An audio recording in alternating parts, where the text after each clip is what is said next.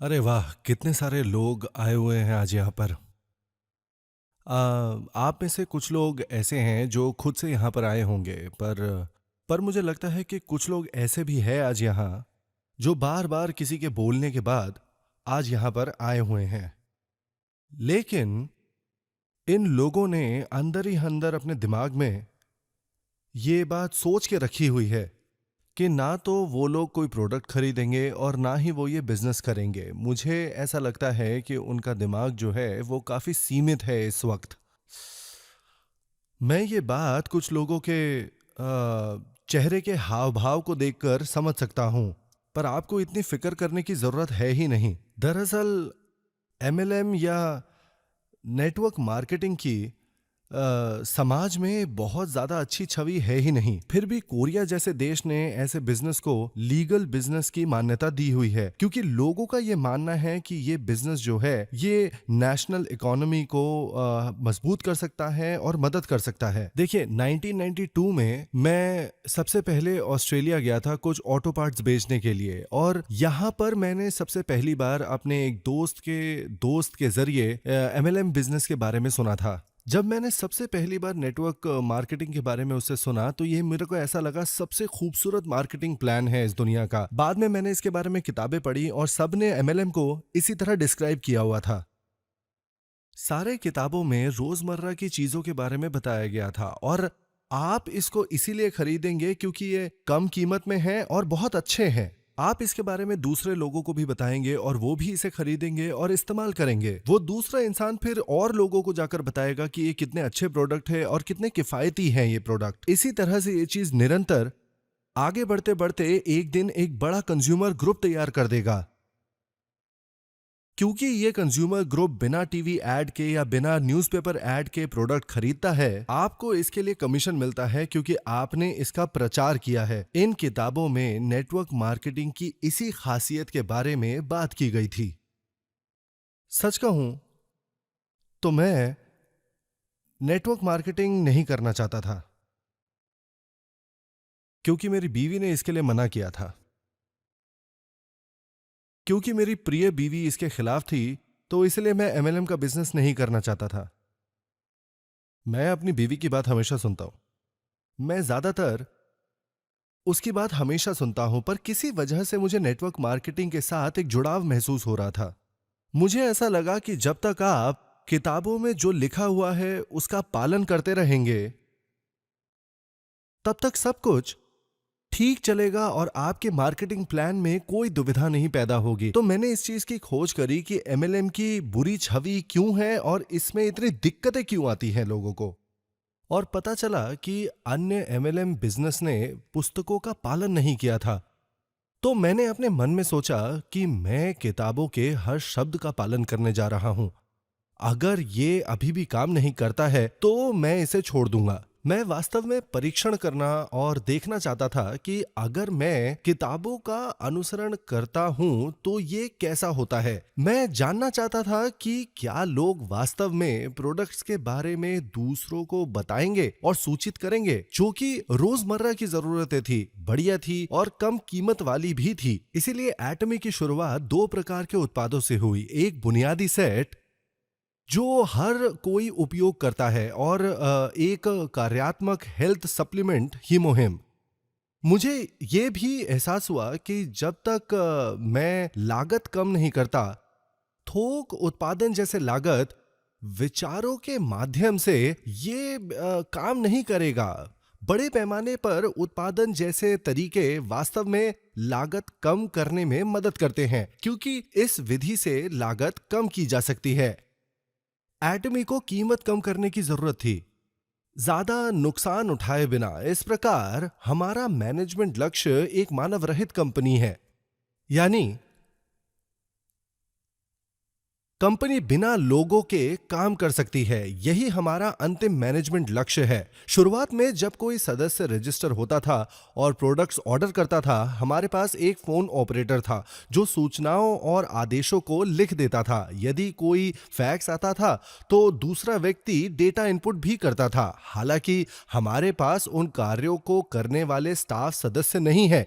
इसके बजाय हमने एक वेबसाइट बनाई जहां यदि आप ऑनलाइन ऑर्डर करते हैं, सभी सेल्स स्टेटमेंट्स अपने आप बन जाएंगे और इसे आयोग के कार्यक्रम में भेजा जाएगा। यह आदेश मुख्यालय के सर्वर पर भी सेव होगा और उसी समय डिलीवरी सर्विसेज के लिए स्टोरेज फैसिलिटी को भी भेजा जाएगा ताकि उत्पादों को सीधे कंज्यूमर तक पहुंचाया जा सके। इसीलिए किसी व्यक्ति को ऑर्डर लेने और वेयरहाउस को सूचित करने की कोई आवश्यकता नहीं है। सिस्टम भी एक वन की सिस्टम है जहां एक बार जब कुछ इनपुट किया जाता है तो वो कंपनी का इंटरनेट भविष्य में उपयोग के लिए संग्रहित कर लेगा। यदि आप गलत पता दर्ज करते हैं तो उत्पाद उस स्थान पर चला जाएगा। यदि आपने कुछ गलत टाइप किया तो उत्पाद उसी गलती के साथ ही आएगा, क्योंकि आप अपने एड्रेस के लिए जो भी टाइप करेंगे सिस्टम उसे उसी तरह सेव करेगा। मूल रूप से जब आप इसे वेयरहाउस में अपने घर से ऑर्डर करते हैं तो आप अपनी डिलीवरी स्लिप को स्वचालित रूप से प्रिंट कर रहे हैं। अब जब आप कोई ऑर्डर देते हैं वह केवल एक बार किया जाता है। एक बार उत्पाद बन जाने के बाद सिस्टम को प्रोग्राम किया गया है कि उसे मुख्यालय की जगह डिलीवरी वेयरहाउस में भेजना है। डिलीवरी वेयरहाउस पर एक उचित स्टॉक राशि निर्धारित की जाएगी और उत्पादन का प्रभारी व्यक्ति उस स्तर से मेल खाने के लिए उत्पादन को व्यक्तिगत रूप से समायोजित करेगा। इसीलिए उत्पादन लाइन को बताने के लिए किसी की जरूरत नहीं है कि क्या करे या अधिक ऑर्डर के लिए अनुरोध करे। यह सिस्टम इसीलिए बनाया गया था ताकि यह काम कर सके सिर्फ चंद लोगों के जरिए, क्योंकि उत्पादों को एक स्थान से दूसरे स्थान पर ले जाने का अर्थ है अधिक लागत। अब इन लागतों को कौन वहन करेगा? अनिवार्य रूप से कंज्यूमर ही है जो आखिरकार इन लागतों को वहन करेगा। इसीलिए भले ही हमें उत्पादों को एक स्थान से दूसरे स्थान पर ले जाना पड़े, मैं इन लागतों को कम करने के लिए जो कुछ भी कर सकता हूं वो कर रहा हूं ताकि उसका बोझ कंज्यूमर्स पर ना पड़े। उदाहरण के लिए, भले ही हम इस टूथब्रश का उत्पादन करते हैं, पहले हम दर्जनों अन्य टूथब्रशों का परीक्षण करेंगे। एक समय मेरे मुंह में दर्द था और उनका परीक्षण करने से खून बह रहा था, क्योंकि मैंने अपने दांतों को आजमाने के लिए 10 से 20 बार ब्रश किया। इन सभी परीक्षणों को करने के बाद हम टूथब्रश का चयन करेंगे जो हमें लगे कि ये सबसे अच्छा उत्पाद होगा। अब यदि आप सुपरमार्केट गए हैं तो आपको वहां पर एक समान क्वालिटी वाला टूथब्रश मिल जाएगा।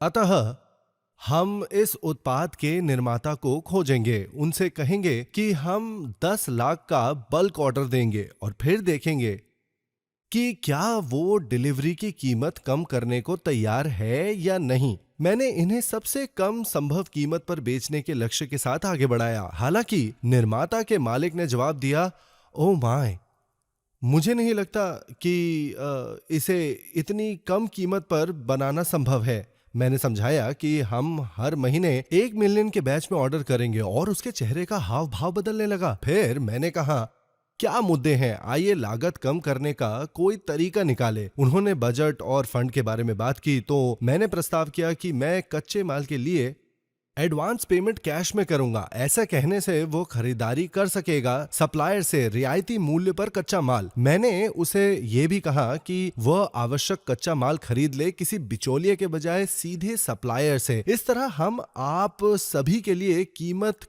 कम कर पाए। इसी तरह एक बार टूथब्रश का इस्तेमाल करने के बाद आप सोचेंगे, वाह, ये इतना बढ़िया है कि मुझे लगता है कि मैं अभी से इस उत्पाद का उपयोग करूंगा। अब हम आपको ऐसे उत्पाद उपलब्ध कराने के लिए तब तक असंभव होते जब तक हम पूरी तरह से नहीं होते जबरदस्त हमारे मैनेजमेंट में एक तेज रेजर ब्लेड की तरह। इस प्रकार एटमी की मूल्य निर्धारण नीति को रेजर ब्लेड मैनेजमेंट कहा जाता है। एक बिना धार वाली चाकू से लागत कम करने के बजाय हम लागतों का सावधानी पूर्वक विश्लेषण करते हैं और एक तेज रेजर ब्लेड से इसे कम करते हैं। उदाहरण के लिए ये एटमी टूथपेस्ट है और 200 ग्राम के ट्यूब में आता है, जिसका मतलब है कि अधिकांश ब्रांडों की तुलना में अधिक टूथपेस्ट है। इस टूथपेस्ट में प्रोपोलिस नाम का एक इंग्रेडिएंट भी होता है, जो एक प्राकृतिक एंटीबायोटिक मिश्रण है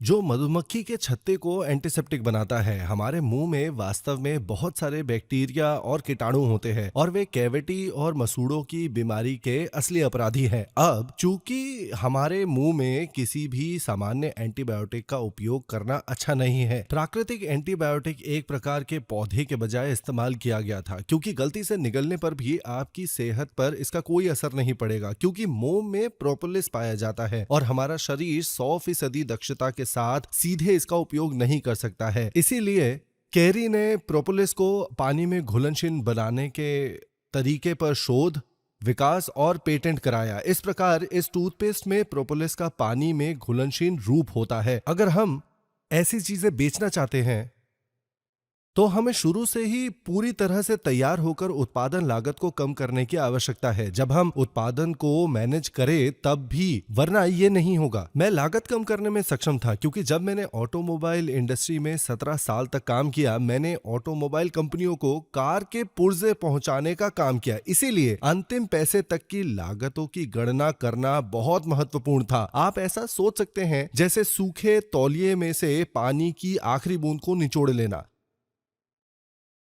जिसे आप ड्रायर में डालकर कर सकते हैं। वैसे भी जब किसी एक कंपनी को पुर्जे डिलीवर किए जाते हैं, ये केवल राशि मांगने और उनसे प्राप्त करने के बारे में नहीं है। एक कंपनी से एक व्यक्ति उत्पादन लागत की गणना करने आएगा, कच्चे माल की लागत को प्रति ग्राम लागत के रूप में कैलकुलेट करके। कार्य प्रवाह के संदर्भ में, उदाहरण के लिए, वह व्यक्ति बिजली की लागत की गणना आवश्यक हॉर्स पावर की संख्या से करेगा। इस प्रकार उसे यह कहना कि इस प्रक्रिया में बहुत अधिक बिजली का उपयोग किया जाएगा काम नहीं करेगा। वो समय पर स्टॉपवॉच भी लाएगा और फिर श्रम लागत की गणना करेगा। मूल्य रूप से वह श्रमिकों को स्टॉपवॉच शुरू करने और बंद करने के लिए कहेगा। यदि वे 8 सेकंड में समाप्त हो जाते हैं तो वो इसका उपयोग श्रम लागत की गणना के लिए करेगा। इस प्रकार उस समय के दौरान हमने इसे पर सेकंड मैनेजमेंट सिस्टम कहा, और इस तरह हमें लागतों के मैनेजमेंट में पूरी तरह से सक्षम होना चाहिए। जब तक आप इतनी सावधानी नहीं बरतेंगे, कंपनी दिवालिया हो जाएगी और कंपनी टिक नहीं पाएगी। हर साल लागत घटाने वाली टीम आकलन करने के लिए आएगी। इन्हें आरसीडी टीम के नाम से जाना जाता है, और इस टीम के नाम पर आरसीडी वास्तव में रीजनेबल कॉस्ट डाउन के लिए है। इसका मूल रूप से मतलब है कि वे उचित तरीके से लागत कम करेंगे, लेकिन ये निर्धारित करना कि क्या कुछ उचित है उनके मानकों पर आधारित है। मैं मजाक नहीं कर रहा।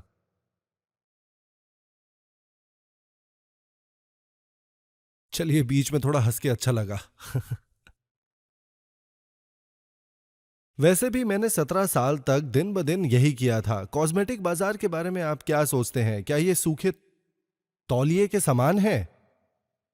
नहीं, ये गीले बाल्टी में से तौलिया निकालने के जैसा है। यही है कॉस्मेटिक इंडस्ट्री की हकीकत, क्योंकि सौंदर्य प्रसाधनों की उत्पादन लागत बहुत कम है। इस प्रकार वे विज्ञापन के कारण लगभग 30% और पैसा जोड़ देते हैं। अन्य 30 से 40% डिपार्टमेंटल स्टोर की फीस के कारण जुड़ जाती है। अंत में कीमत बहुत ज्यादा बढ़ जाती है। तो कुछ रुपए बचाने का क्या मतलब है जब कोई चीज जिसको बनाने में केवल 10 रुपए का खर्च आता है, उसे 100 रुपए या 200 रुपए में बेचा जा रहा है।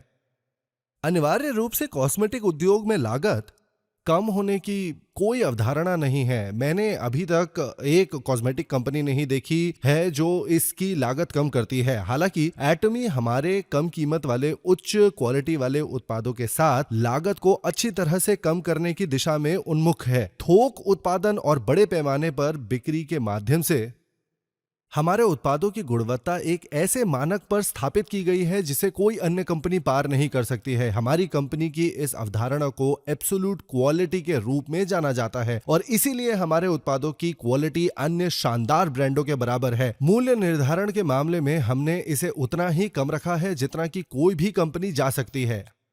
हमने जो कीमत तय की है उसे भी ध्यान में रखा जा रहा है संभावित कॉम्पिटिटर्स के लिए। हम ऐसा कर रहे हैं कि ये कॉम्पिटिटर्स बाजार में ना घुस सके। एब्सोल्यूट प्राइस के पीछे यही अ, मूल अवधारणा है। ये है एक ऐसी कीमत है जिसे कोई और नहीं हरा सकता। ये एब्सोल्यूट गोल्स है जिन्हें हम एटमी में सेट करते हैं और इसे हासिल करने की पूरी कोशिश करते हैं। एब्सोल्यूट गोल्स क्या है? ये समझने के लिए यहाँ एक उदाहरण दिया गया है। अपनी अनिवार्य सैन्य सेवा के दौरान मैं तोपखाने की इकाई में था, लेकिन अपने सैन्य सेवा के बाद से मैं फोन लाइन स्थापित करने में विशेषज्ञता प्राप्त करके एक वायरमैन बन गया था। अब फोन लाइनें सिर्फ जमीनी स्तर पर ही स्थापित नहीं होती है, कभी कभी आपको टेलीफोन के खंभों को भी लगाने के लिए चढ़ना पड़ता है। हाँ,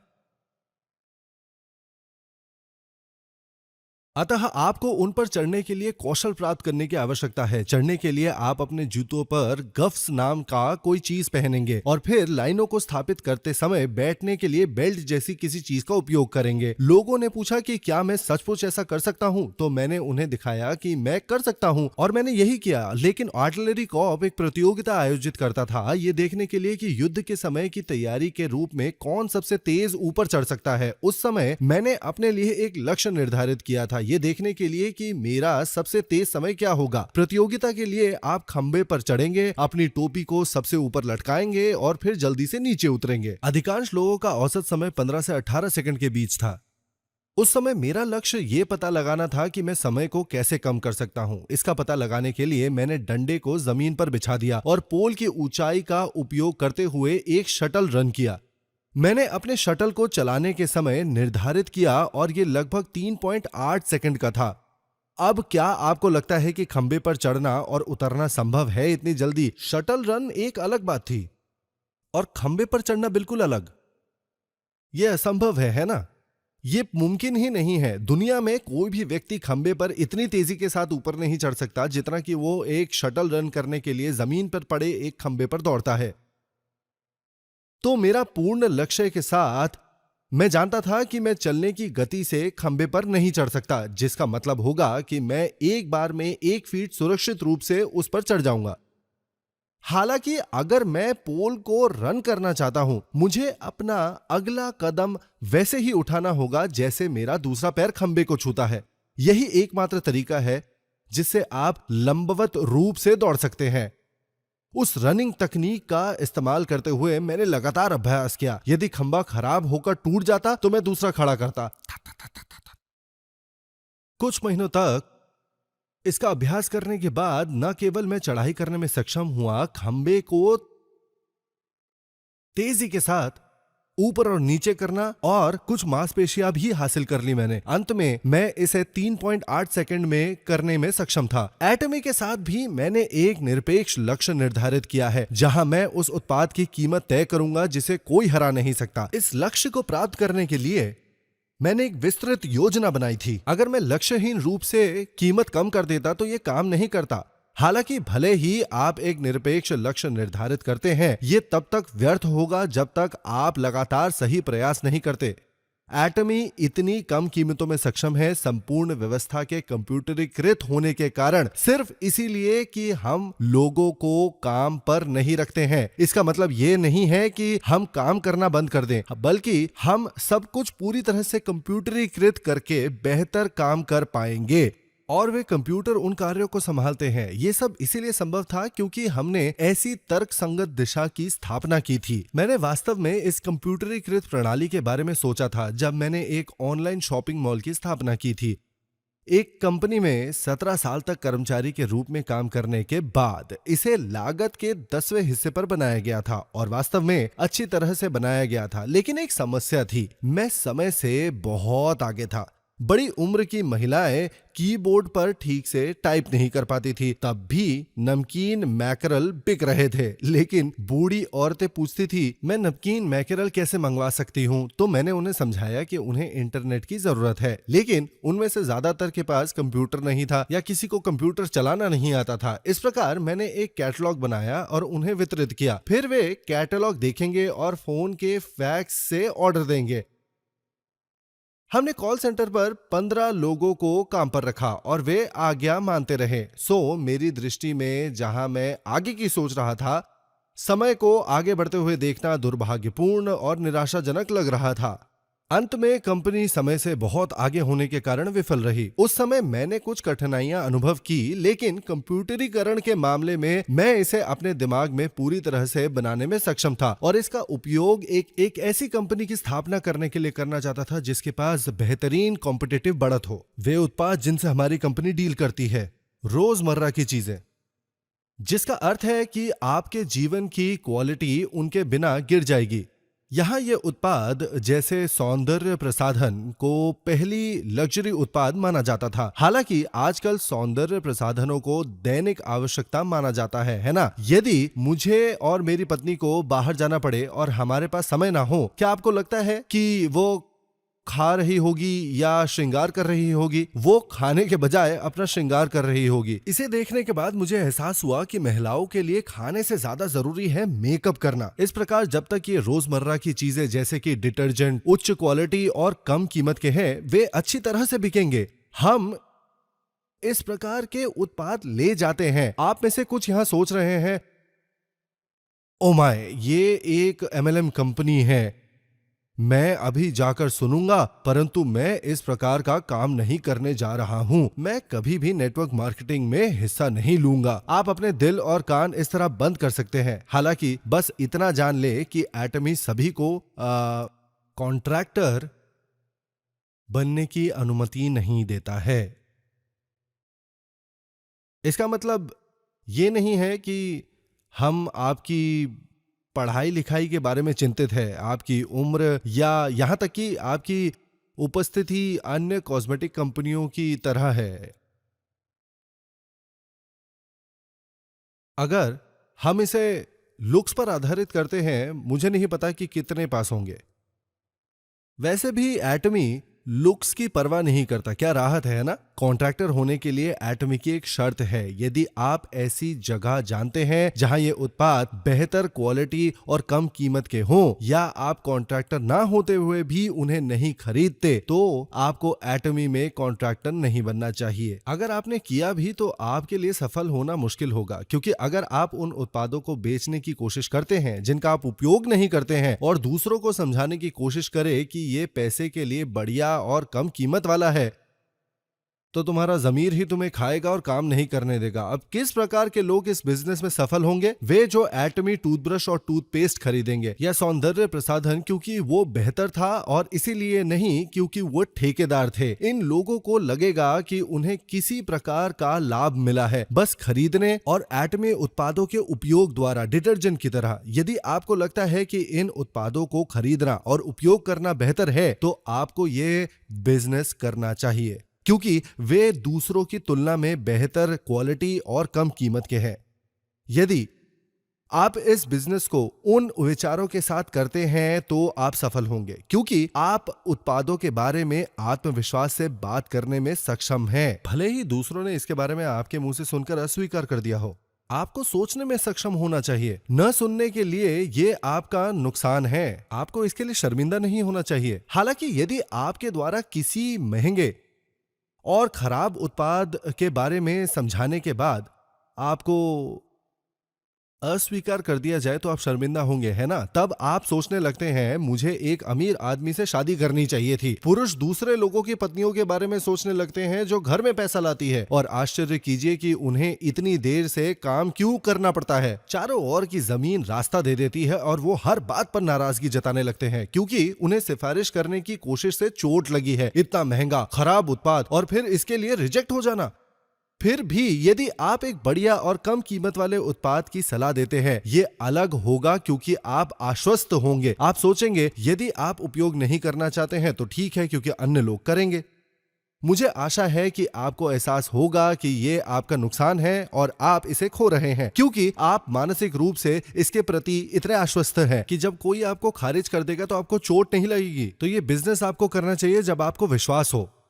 कि एटमी के प्रोडक्ट्स उच्च क्वालिटी के हैं और कम कीमत के हैं। एटमी भी उत्पादों के नमूने पेश नहीं करता है क्योंकि ये केवल उत्पाद की कीमत में वृद्धि करेगा, क्योंकि नमूने मुफ्त होते हैं। हालांकि वास्तव में नमूने बनाने में बहुत अधिक लागत आती है। उत्पादन की दृष्टि से 10-10 ग्राम नमूने बनाने में एक 100 ग्राम उत्पाद से अधिक की लागत आती है। इस प्रकार यदि आप निःशुल्क नमूने देने के लिए इधर उधर गए, आपको क्या लगता है कि लागतों को कौन कवर करेगा? ठीक है, सौंदर्य प्रसाधन कंपनी के अध्यक्ष इसके लिए भुगतान नहीं कर रहे होंगे। इसके बजाय इसे उत्पाद की कीमत में जोड़ा जाता है, जो इसे और अधिक महंगा बनाता है।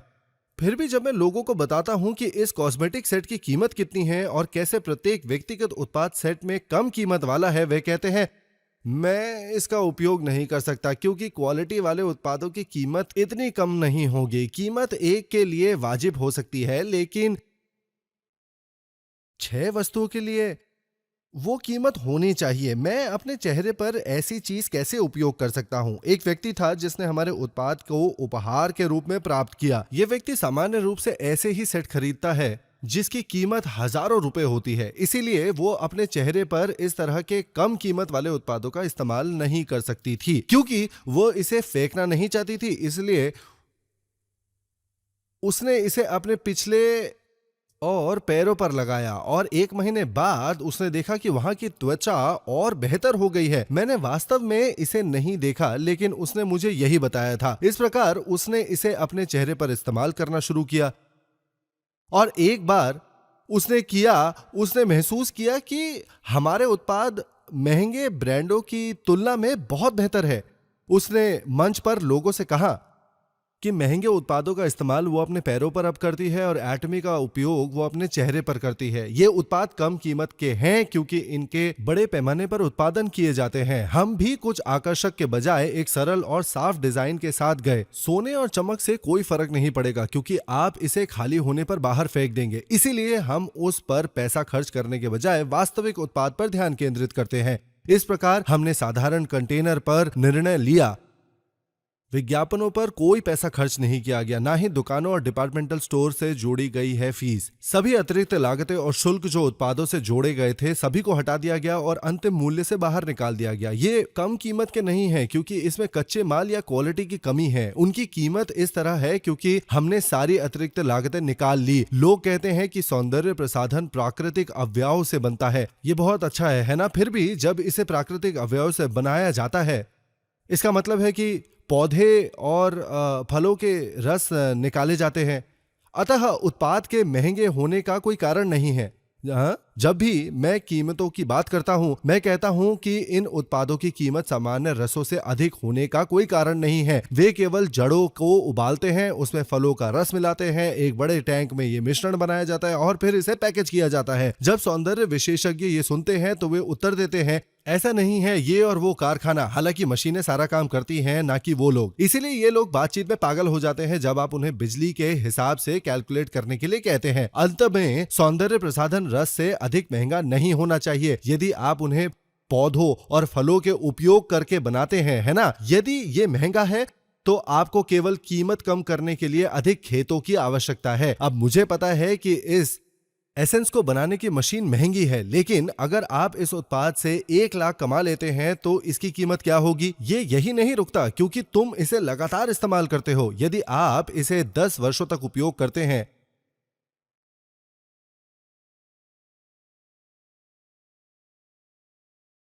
तो 10 मिलियन उत्पाद उस लागत को कुछ भी नहीं बना देंगे। ये उच्च क्वालिटी वाले उत्पाद कम कीमत वाले नहीं हैं क्योंकि वह सस्ते हैं। सौंदर्य प्रसाधन अन्य उत्पादों की तरह पानी और तेल के साथ मिश्रित होते हैं, लेकिन सौंदर्य प्रसाधनों में गाढ़ बेहतर अवशोषण के लिए हटा दिया गया। जब आप उत्पाद को निचोड़ कर देखें तो आप अन्य उत्पादों के विपरीत एक इंद्रधनुष के रंग जैसी चमक देख सकते हैं। जैसे एटमी सार सौंदर्य प्रसाधनों के लिए जंग युवा सेल पुरस्कार से पुरस्कृत किया गया। क्या आपको लगता है कि एटमी एकमात्र कंपनी थी जिसने पुरस्कार के लिए प्रतिस्पर्धा की थी? न केवल शीर्ष कोरियाई सौंदर्य प्रसाधन कंपनियों ने प्रतिस्पर्धा की, लेकिन लग्जरी ब्रांड नामों के उत्पादों ने भी पुरस्कार के लिए दावेदारी की। सभी कंपनियों ने जीतने की पूरी कोशिश की। ऐसे उत्पाद जिनकी कीमत 11,000 से लेकर 50,000 तक कहीं भी थी, फिर भी पुरस्कार का विजेता सबसे कम कीमत वाले उत्पाद का 10वां हिस्सा भी नहीं था।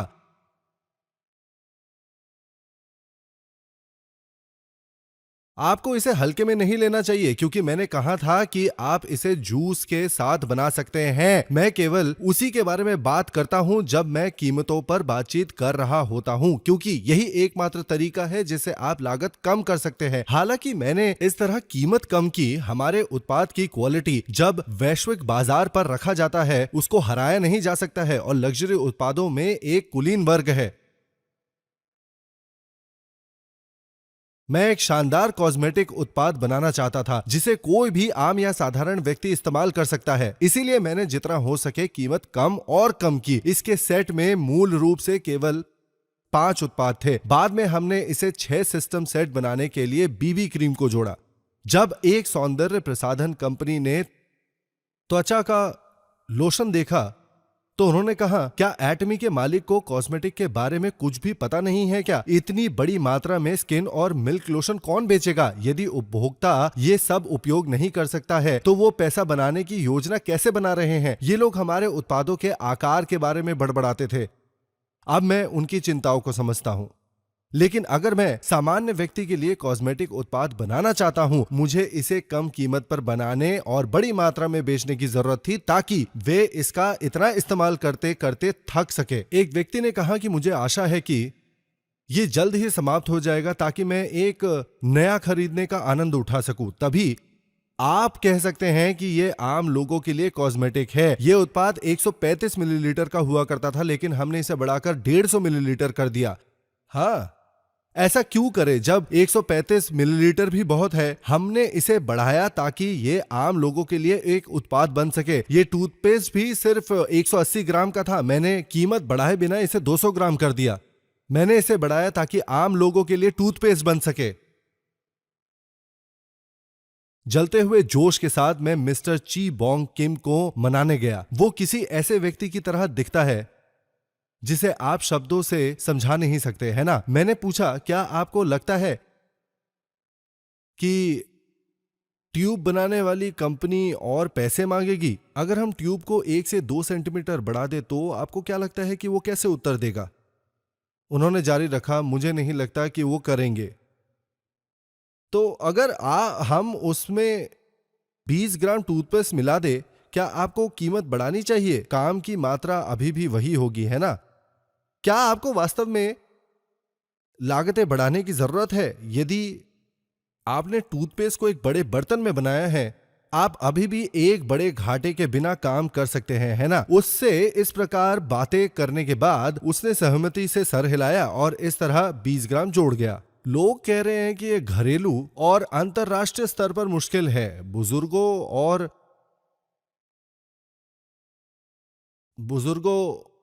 और युवाओं दोनों के लिए बेरोजगारी बढ़ रही है। कोई अर्थशास्त्री भविष्यवाणी करते हैं कि बहुत सारी समस्याएं और मुद्दे होंगे। तो हम एक चौराहे पर खड़े हैं कि इस स्थिति से कैसे निपटा जाए। हालांकि रोजगार में कमी के साथ भविष्य में वृद्धि की अधिक संभावना है। जब ऐसा होता है तो पैसा कमाने का एकमात्र तरीका बिक्री का माध्यम ही होता है। मैन्युफैक्चरिंग में नौकरियां कम होने से प्रतिस्पर्धा और भी तेज हो जाएगी। जो लोग इस प्रतियोगिता के दौरान बस बैठे रहें और अपनी आजीविका का निवेश करते रहें, उनकी सेवानिवृत्ति निधि सहित उनके बिजनेस में सब कुछ बर्बाद ही हो चुका होगा, क्योंकि उन्होंने कुछ किया ही नहीं। इसीलिए उनके पास जीवित रहने का कोई साधन ही नहीं है और वे एक ऐसे जीवन में पड़ जाते हैं जहां वे बुनियादी जरूरतों को नहीं खरीद पाते हैं। जैसे जैसे ये जारी रहेगा, लोग गंभीर मंदी में गिरते रहेंगे और हम इसी तरह की स्थिति की ओर बढ़ रहे हैं। इसे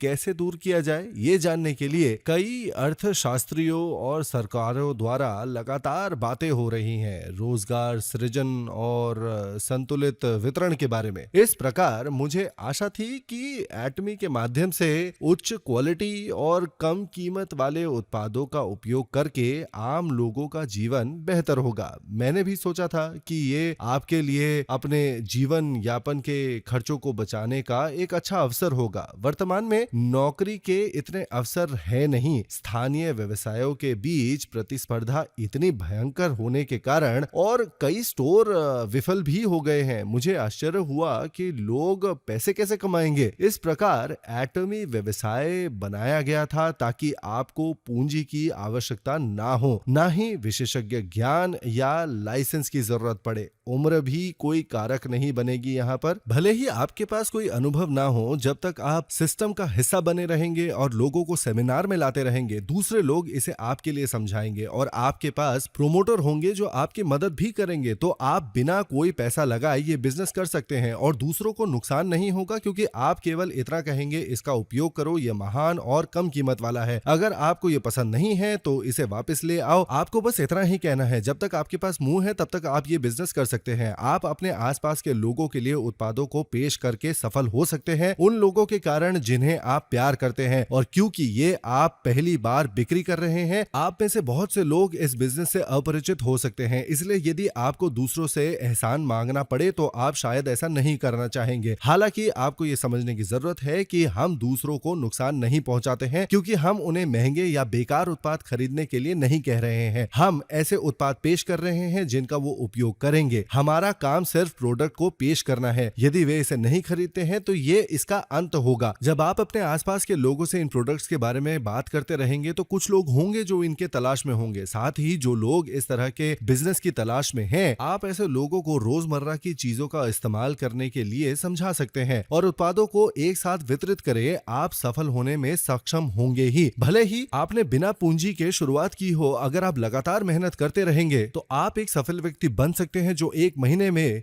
22 लाख से 37 लाख रुपए तक कमा सकता है। एटमी कारोबार करने से ये आपको मदद करने और अपने आसपास के लोगों को वापस देने का अवसर देगा और ऐसा करने की क्षमता रखने वाले एक सम्मानित व्यक्ति बन सकते हैं आप। अब आपको बस इतना करना है कि एटमी बिजनेस को दुनिया में फैलाना है। ये मेरा व्याख्यान समाप्त करता है। सुनने के लिए आप सभी को बहुत बहुत धन्यवाद। शुक्रिया शुक्रिया। उम्मीद है इस वीडियो से आपको कंपनी के बारे में बहुत सारी जानकारी